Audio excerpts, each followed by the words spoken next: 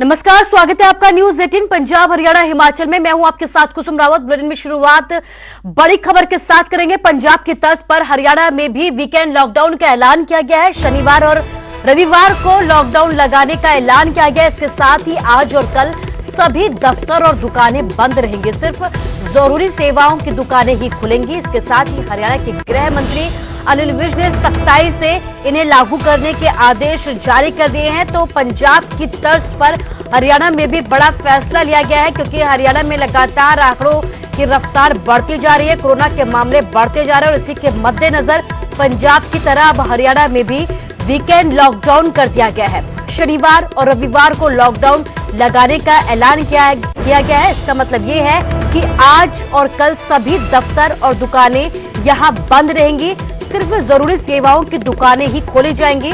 गृह मंत्री अनिल विज ने सख्ताई से इन आदेशों को लागू करने के आदेश जारी कर दिए हैं।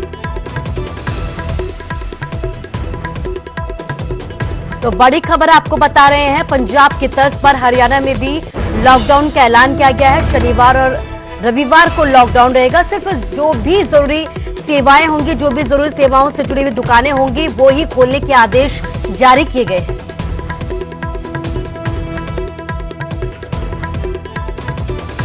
और चलिए आपको हरियाणा का पूरा कोरोना अपडेट देते हैं। हरियाणा में कोरोना के रिकॉर्ड 1203 नए केस दर्ज किए गए। इसके साथ ही 7 लोगों की मौत हो गई है। कोरोना संक्रमण से अब तक 585 लोगों ने दम तोड़ दिया है हरियाणा में। इसके साथ ही हरियाणा में 83.28% तक रिकवरी रेट पहुंच चुका है। प्रदेश में कोरोना का कुल आंकड़ा 52,129 हो चुका है। 4 जिलों में 100 से ज्यादा नए केस सामने आए हैं, जिसमें सबसे ज्यादा नए केस पानीपत में अब सामने आए हैं। फरीदाबाद में 127 नए केस सामने आए हैं। गुरुग्राम में 120, रेवाड़ी में 111 नए केस दर्ज किए गए हैं। अंबाला की अगर बात करें तो 98 नए केस यहां से भी सामने आए हैं। करनाल में 73, रोहतक में 65 नए केस दर्ज किए गए हैं।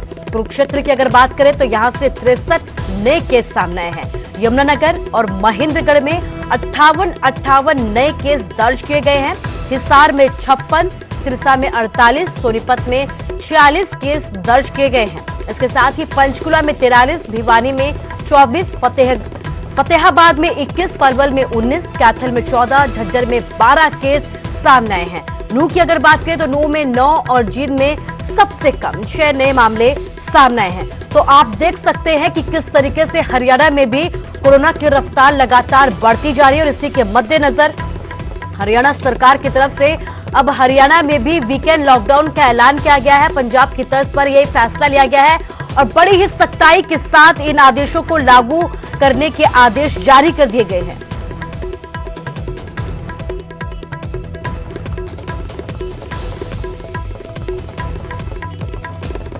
हरियाणा का पूरा हाल आपने देखा। वीकेंड लॉकडाउन का ऐलान भी कर दिया गया है। बात चंडीगढ़ की करते हैं। चंडीगढ़ में भी वीकेंड लॉकडाउन अब लगा दिया गया है। शनिवार और रविवार को दुकानें बंद रहेंगी। सरकारी और प्राइवेट दफ्तर भी बंद करने का ऐलान किया गया है और यहां पर भी सिर्फ जो जरूरी सेवाओं से जुड़ी हुई दुकानें हैं, उनको ही खोलने के आदेश जारी किए गए हैं। रात के 10 बजे से सुबह के 5 बजे तक नाइट कर्फ्यू भी लगाया गया है। वीकेंड लॉकडाउन में सभी शराब के ठेके भी बंद रखने के आदेश जारी किए गए हैं। तो चंडीगढ़ का पूरा अपडेट हम आपको बता रहे हैं, जहां पर वीकेंड लॉकडाउन का ऐलान कर दिया गया है। शनिवार और रविवार को दुकानें बंद रहेंगी। सिर्फ और सिर्फ जो जरूरी सेवाओं से जुड़ी हुई दुकानें हैं, वो ही खोली जाएंगी। सरकारी और जो प्राइवेट दफ्तर हैं, वो भी बंद करने के ऐलान किए गए हैं। रात के 10 बजे से सुबह के 5 बजे तक नाइट कर्फ्यू पहले की ही तरह लगातार जारी रहेगा। वीकेंड लॉकडाउन में सभी शराब के ठेके भी बंद करने के आदेश जारी किए गए हैं। लेकिन बड़ी बात यह है कि लगातार चंडीगढ़ जो छोटा सा शहर है, यहां पर भी आंकड़े बढ़ते जा रहे हैं और इसी के मद्देनजर ये अहम फैसला चंडीगढ़ प्रशासन की तरफ से लिया गया।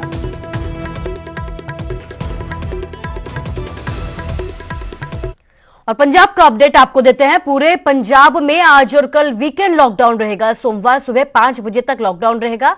शनिवार और रविवार को दुकानें खोली जाएंगी। इसके साथ ही शराब के ठेके पूरे पंजाब में शाम 6:30 बजे बंद हो जाएंगे।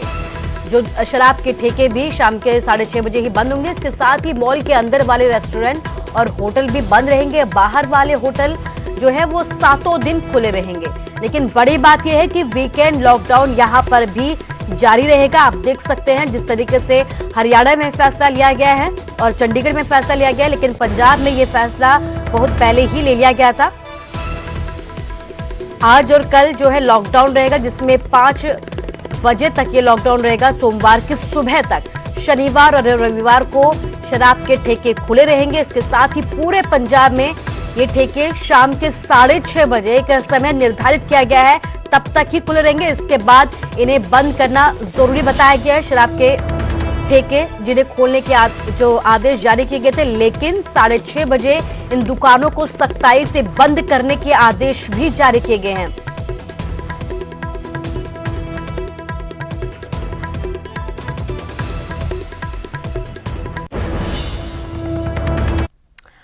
और आपको अब पंजाब का पूरा कोरोना अपडेट देते हैं। पंजाब में कोरोना के 1513 नए केस सामने आए हैं। 34 मौतें यहां पर भी हो गई हैं। 40,000 के करीब आंकड़ा पहुंच चुका है। कुल आंकड़े की अगर बात करें तो 39,327 केस यहां पर हो चुके हैं और अब तक 991 लोगों की मौत भी हो गई है। लुधियाना में 242 नए केस सामने आए हैं। लुधियाना वही शहर है जहां पर सबसे ज्यादा हालात खराब होते जा रहे हैं। 8 मरीजों की मौत भी यहां पर हो गई। पटियाला की अगर बात करें तो पटियाला में भी हालात बिगड़ते जा रहे हैं। 201 नए केस सामने हैं, 5 लोगों की मौत हो गई। जालंधर में 169 नए केस सामने हैं, 5 मरीजों ने दम तोड़ दिया है। मोहाली की अगर बात करें तो 143 नए केस सामने आए हैं। संगरूर में 102, भटिंडा में 90 नए केस दर्ज किए गए हैं। कपूरथला में 70, फिरोजपुर में 69 केस सामने आए हैं। गुरदासपुर की अगर बात करें तो 49 नए केस यहां से भी दर्ज किए गए हैं। फतेहगढ़ साहिब में और बरनाला में 39 केस सामने आए हैं। 14,443 कोरोना के एक्टिव केस अभी तक पंजाब में है। 30,893 लोग ऐसे हैं जो अब तक कोरोना को मात दे चुके हैं। तो पंजाब का पूरा कोरोना अपडेट हमने आपको दिया है, जहां पर आप देख सकते हैं कि 1513 नए केस अभी यहां पर नए दर्ज किए गए हैं। 34 मौतें भी हो गई हैं। 40,000 के करीब आंकड़ा पहुंच चुका है।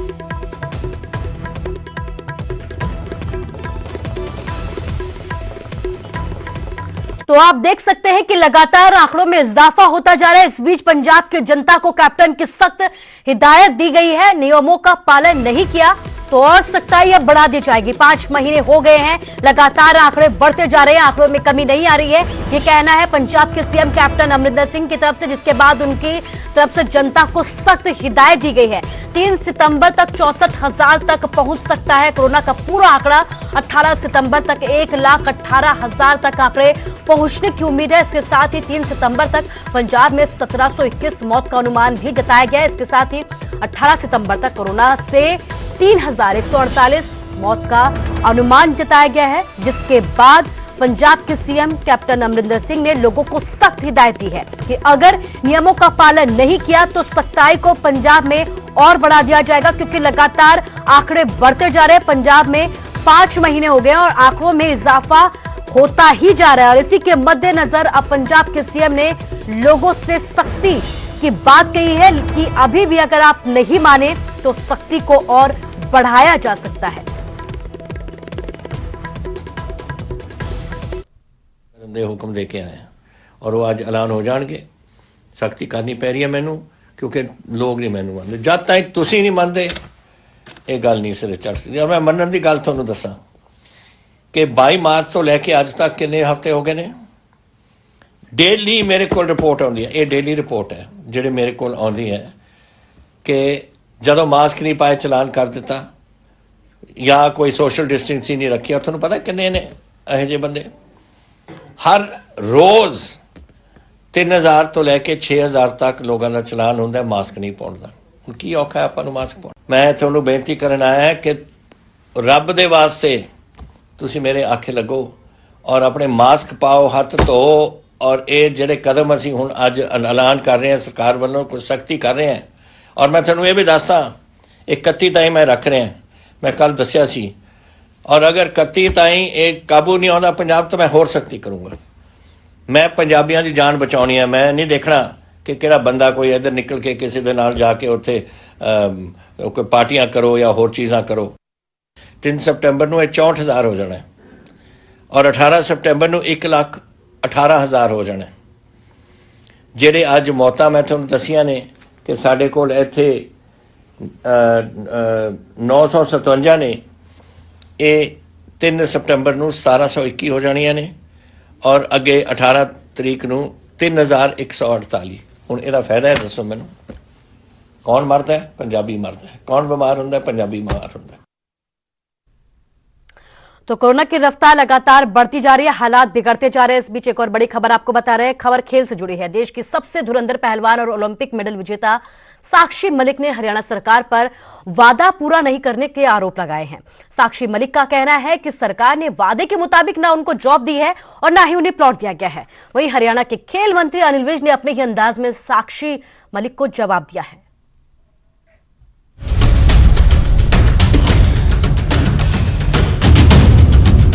हरियाणा सरकार जो खुद को खिलाड़ियों की सबसे बड़ी मददगार कहती है, खिलाड़ियों की सबसे बड़ी हितैषी बताती है, उसी हरियाणा सरकार पर हरियाणा की एक स्टार खिलाड़ी ने कई गंभीर इल्जाम लगाए हैं।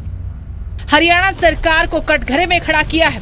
ओलंपिक पदक विजेता महिला पहलवान साक्षी मलिक ने हरियाणा सरकार पर वादा खिलाफी के आरोप लगाए हैं। साक्षी मलिक का कहना है कि हरियाणा सरकार ने उसको किए किसी भी वादे को पूरा नहीं किया, ना ही वादे के मुताबिक नौकरी दी और ना ही प्लॉट। अगर कुछ दिया तो सिर्फ आश्वासन दिए। फिलहाल तो मैं बिल्कुल भी संतुष्ट नहीं हूँ। मेरे ओलंपिक मेडल को मेरे 4 साल पूरे हो गए हैं, कल ही 4 साल पूरे हुए हैं और अभी तक जो घोषणा की गई थी प्लॉट की 500 गज की और हरियाणा में जॉब दिलाने की, वो अभी तक कुछ भी पूरा नहीं हुआ है। बहुत बार मिले भी हैं, खेल मंत्री जी से भी मिले हैं और सीएम सर से भी मिले हैं, लेकिन सिर्फ आश्वासन देते हैं कि हाँ मिल जाएगा या आपका काम हो रहा है, लेकिन अभी तक ना तो प्लॉट मिला है ना हरियाणा में कोई जॉब का कुछ है। उधर हरियाणा के खेल मंत्री अनिल विज ने इन आरोपों को सिरे से नकार दिया। विज ने कहा कि साक्षी मलिक को जहाज से उतरते ही 2.5 करोड़ का चेक दिया था। वहीं सरकार ने साक्षी को नौकरी का ऑफर भी दिया था, लेकिन रेलवे में नौकरी के चलते हुए साक्षी ने उनके ऑफर को ठुकरा दिया था। साक्षी मलिक जब जीत कर आई थी, जहाज से बाहर कदम रखा था, उसको 2.5 करोड़ का चेक उसी वक्त दे दिया गया था। पहली बार किसी खिलाड़ी के 2 कोचों को, इसने कहा 2 कोचों को इनाम दो, हमने 2 कोचों को इनाम दिया। हमने सर्विस भी ऑफर की थी, इसने इनकार किया कि नहीं मुझे रेलवे में ही प्रमोशन मिल गई है और मैं वहीं काम करूंगी। अब तो हमारी ट्रांसपेरेंट नीति है, वेबसाइट पे देख ले, जिस तरह की उसकी नौकरी मिलती है अप्लाई कर दे, जरूर उस पर गौर किया जाएगा।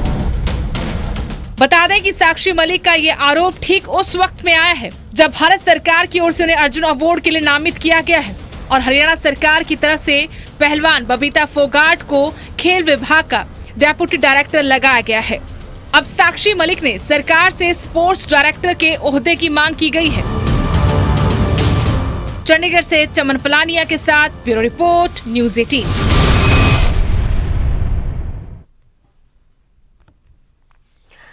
दुकान के सामने शराब पीने से रोकना एक दुकानदार को काफी महंगा पड़ा। बदमाशों ने उसे इस कदर पीटा कि अस्पताल में भर्ती तक उसको करवाना पड़ा।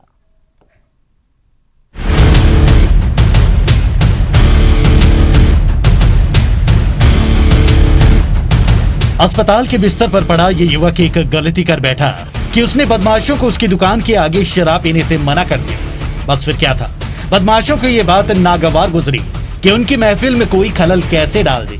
मामला फरीदाबाद के डीग गांव का है और बात करीब 1 महीने पहले की, जब बदमाशों के हमले में घायल अजय ने उसकी दुकान के आगे शराब पीने से रोका तो बदमाशों ने उसकी एक न सुनी। मामला पुलिस तक पहुंचा, जो बाद में रफा दफा हो गया, लेकिन बदमाशों ने रंजिश नहीं छोड़ी और गुरुवार की रात अजय पर जानलेवा हमला कर दिया। सबने मिलके मुझे मारा है और गोलियां चलाई हैं। मेरे पैर में गोली लगी है छू के गई है गोली शायद, और उन्होंने हवा में भी फायरिंग की है, मेरे सीने पे फायर किया बट गोली लगी नहीं थी मुझे। इन्होंने 8-10 राउंड गोली चलाई है। बदमाशों ने अजय पर इतने वार किए कि वो फिलहाल चल फिर भी नहीं सकता। उसके दोनों पैर और एक बाजू में फ्रैक्चर है। हमलावरों ने उस पर फायरिंग भी की, गोली उसकी टांग में जाकर लगी। उधर खाकी को जब मामले की जानकारी लगी तो वो भी लकीर पीटने पहुंच गई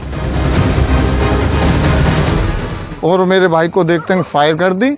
उनके पैरों में गोलियां लगी हैं और सीधा उनके जो गोलियां रोड से हमला किया उनके ऊपर। वो जैसे तैसे उनकी जान बची है, दोनों पैर और हाथों में बहुत। जो लेगा थाना सदर का मामला है। इनिशियली हमने अभी टीमें लगा दी, जो नाम इन्होंने भाई ने बताए हमने अपनी क्राइम टीम उनको धरपकड़ के लिए लगा दी। पुलिस अब बदमाशों को जल्द पकड़ने की बात कह रही है, लेकिन खाकी पहली बार ही एक्शन ले लेती तो आज अजय यूं अस्पताल के बिस्तर पर ना पड़ा होता। दीपक कुमार, न्यूज़ 18, फरीदाबाद।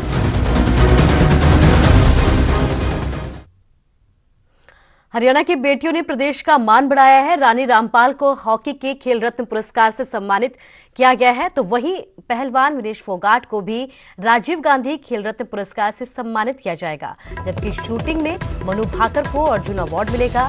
रानी रामपाल महिला हॉकी टीम की कप्तान है और वो खेल रत्न पाने वाली पहली महिला हॉकी प्लेयर थी।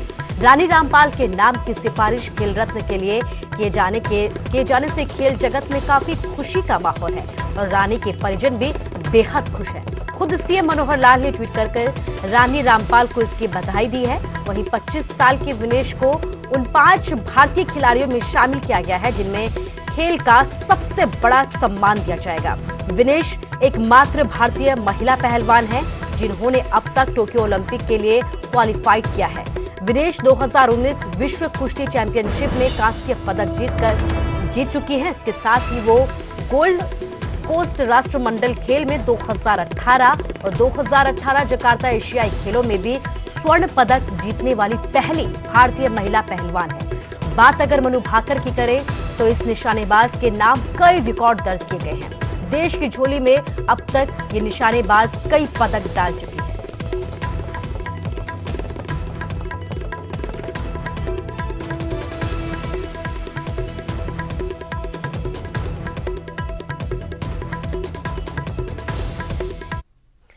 एक लॉटरी ने मिठाई वाले को करोड़पति बना दिया। जी हां, सिरसा के इस दुकानदार की खुशी का अब ठिकाना ही नहीं है।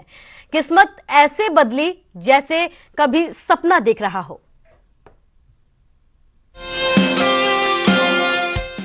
कहते हैं कि भगवान जब देता है छप्पर फाड़ कर देता है। सिरसा के कालावली में मिठाई वाले को भगवान ने भी छप्पर फाड़ के ही दिया है। कल तक जो रोड पर था आज वो करोड़पति है। कालावली में मिठाई की दुकान चलाने वाले धर्मपाल रातों रात करोड़पति बन गए। जो सपना देखा करते थे वो आज पूरा हो गया। धर्मपाल ने पंजाब स्टेट की राखी बम्पर लॉटरी खरीदी थी जिससे वो 1.5 करोड़ के मालिक बन गए। राखी बम्पर 1.5 करोड़ की लॉटरी मेरे को निकली हुई है। खुशी हो रही है मेरे को बहुत। कभी सोचा नहीं था, बहुत बढ़िया। काबिल गौर है कि कालावली मंडी में ऐसा तीसरी बार हुआ है जब किसी की 1.5 करोड़ की लॉटरी निकली। इससे पहले एक सब्जी वाले और करियाना की दुकान चलाने वाले की लॉटरी निकल चुकी है। नकुल जसूजा, न्यूज़ 18, सिरसा। और बात बहादुरगढ़ की करते हैं। बहादुरगढ़ के औद्योगिक क्षेत्र की सड़कों की सूरत बिगड़ गई है। बारिश के बाद जगह जगह पानी भरने से कचरे का अंबार यहां लग गया है। फैक्ट्री मालिकों की मनमानी लोगों की सेहत पर अब भारी पड़ती जा रही है।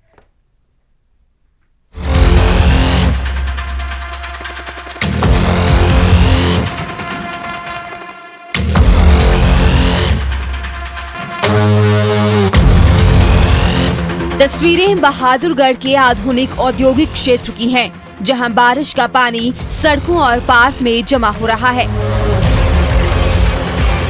फैक्ट्रियों से निकलने वाले पानी की निकासी न होने के कारण ये पानी अब पार्क में इकट्ठा हो रहा है, जिसके कारण हर तरफ बदबू फैल रही है। सड़कों पर खड़ा ये पानी बीमारियों को न्योता दे रहा है। मारुति और हुंडई के शोरूम सड़कों पर गंदगी डाल रहे हैं, जिसकी वजह से ये सड़क पूरी तरह बंद हो गई है। किसी भी अधिकारी ने इस सड़क को खुलवाने की जरूरत नहीं समझी। देखिए, आज निरीक्षण किया गया है एमआई में और विभिन्न विभागों को जो संबंधित हैं उनको बुलाया जाएगा और इसमें जो भी समाधान निकल सकता है उसके ऊपर प्रयास किया जाएगा। स्थिति अभी खराब है, बारिश का पानी जो है इकट्ठा है, जमा है, आने जाने के रास्ते जो हैं वो रुके हुए हैं।